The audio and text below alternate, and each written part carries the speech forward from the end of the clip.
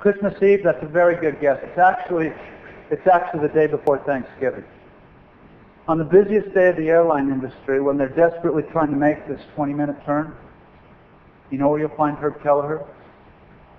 You'll find him down on the tarmac slinging bags into the plane. You'll find him out in a res center working the phones with the res agents. You'll find him in a hangar twisting a wrench with a mechanic, or you'll find him up in the air somewhere working the galleys with the flight attendants, serving peanuts and talking to the customers and saying, what is it that we haven't done to serve your needs? And talking to his people and saying, what are the genius principles we've come up with at headquarters that don't serve you in the field very well?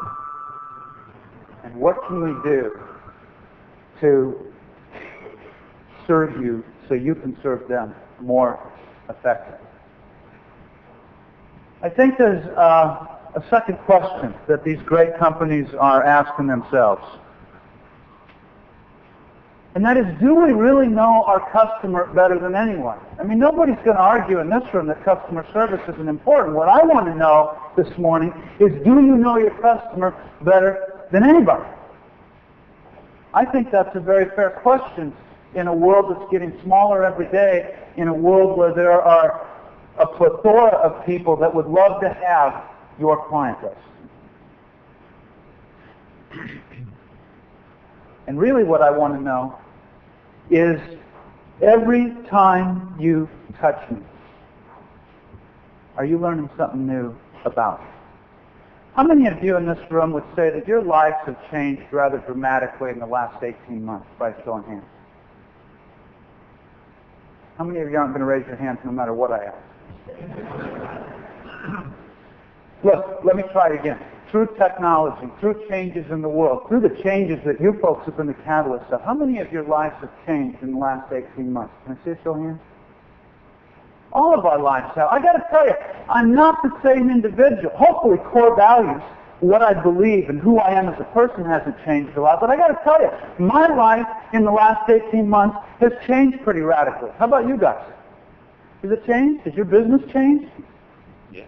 To think you knew me 6 months ago, 3 months ago, and to think that I'm the same individual or the same business that I was 6 months ago, you're dreaming.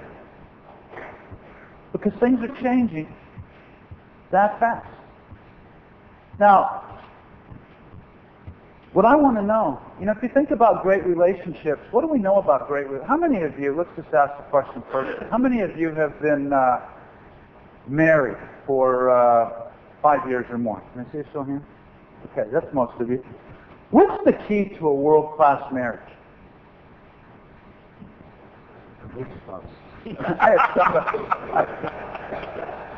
What's the key to a world-class marriage? Go ahead.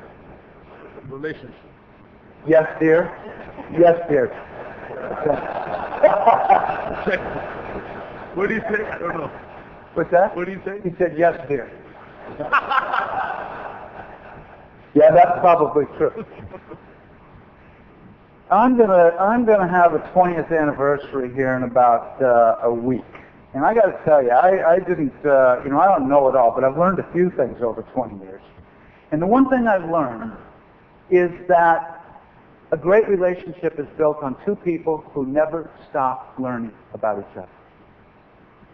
Two people who are out there doing their own thing, bringing freshness, bringing newness back into the relationship to keep the relationship stimulated and alive and exciting.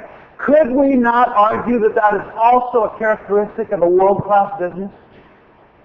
It's an organization that never stops learning and learns faster than its competitors about its customers. What I want to know today is, if I pulled up a screen on one of your customers, what do you know about them?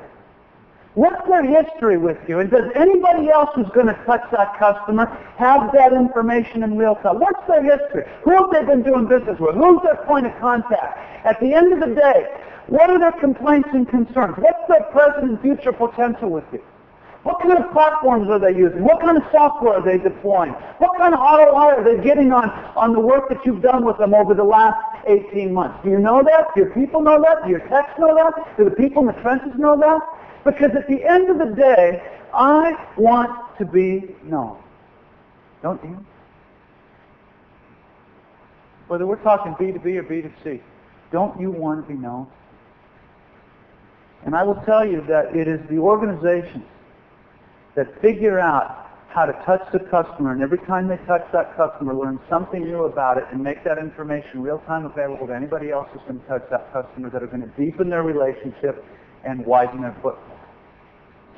How many of you have ever stayed at a Ritz-Carlton? Let's see a show of hands. I guess most of you know today, probably somebody in here is empowering this. The Ritz has over 1 million guest preference profiles. You know what that means? I stay at the Ritz an hour north of San Diego. I live in Southern California. An hour north of our home is a wonderful Ritz-Carlton in Laguna Niguel. I stay at the Ritz in Laguna Niguel. I'm having a business meeting. I'm entertaining clients. I call up room service and I say, I would like to order a really great bottle of wine for my guests. They say, what would you like? I said, bring us a great California Cabernet. They bring us a Robert Mondavi Reserve. The clients love it. I make a note to the room service folks. Thank you. Great choice. Clients love it. 6 months later, I'm at the Ritz in Naples, Florida, all the way across the United States. I'm having the same kind of business meeting, different clientele. I call up room service and said, I'd like to order a bottle of wine for my guests. What's the first question that comes out of their mouth? Is it going to be the Mondavi, or would you like to try something new? Think of the power of that. Now, folks, that's an IT issue, but it's also a cultural issue. Because most of you in this room know that people have gone out and spent billions of dollars on IT and got Zippo ROI for it. Why? Because they didn't understand that there had to be a culture of turned-on, passionate, excited people to feed those systems. What's the Ritz figured out that not very many people have figured out? They figured out how to train the person that greets you at the door to say, when they leave, are they going to sushi? Are they going to the chop house? Are they going to the theater? Are they going to the ball game?